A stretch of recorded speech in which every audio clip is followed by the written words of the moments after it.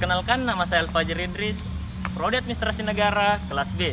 Di sini saya akan menjelaskan tentang sejarah yang pernah terjadi di daerah saya. Bajeng adalah salah satu kecamatan yang cukup luas di wilayah Kabupaten Goa yang terletak di sebelah utara Sungai Minasa, ibu kota Kabupaten Goa. Sebuah wilayah yang mungkin tidak seterkenal masa lampau dan tidak banyak yang tahu bahwa Bajeng beberapa tahun lalu sangat berpengaruh di Nusantara, khususnya di Kerajaan Goa yang sudah terkenal sampai ke Eropa. Karena memiliki kekuasaan yang cukup luas, yang merupakan otoritas tersendiri sebagai kampung Tubarani di Goa.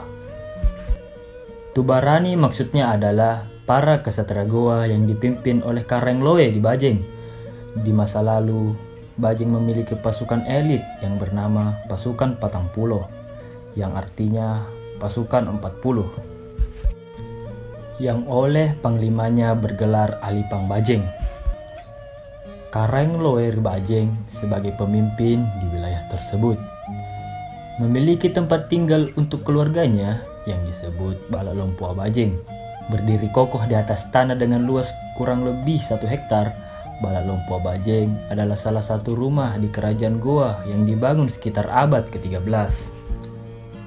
Dibangun di masa kerajaan Kareng Loe di Bajeng, Balak Lompua mempunyai bentuk seperti bangunan adat pada umumnya di wilayah Goa. Bangunan yang bisa dibilang hampir semuanya menggunakan bahan baku kayu. Bahan baku kayu yang digunakan adalah jenis kayu jati. Konon, kayu jati bisa bertahan hingga ratusan tahun. Dan terbukti sampai saat ini Balak Lompua Bajeng masih berdiri kokoh dengan segudang sejarah yang telah dilewati, dikarenakan sudah tidak ada lagi pemimpin di wilayah Bajeng. Kini Balak Lompua Bajeng hanya tinggal cerita dan dijadikan tempat mengadakan tradisi gaukang tu Bajeng, museum dan tempat menyimpan barang antik dari masa lampau. Di Balak Lompua Bajeng, setiap tahun diadakan upacara ritual adat gaukang tu Bajeng, sekaligus acara pengibaran bendera merah putih. Story yang sebenarnya cukup unik, karena semua orang tahu bahwa Indonesia merdeka pada tanggal 17 Agustus 1945. Sedangkan di Bajeng, 3 hari lebih dahulu merdeka, tepatnya pada tanggal 14 Agustus 1945. Yang artinya Bajeng lebih dahulu merdeka dibandingkan dengan Jakarta yang diproklamasikan oleh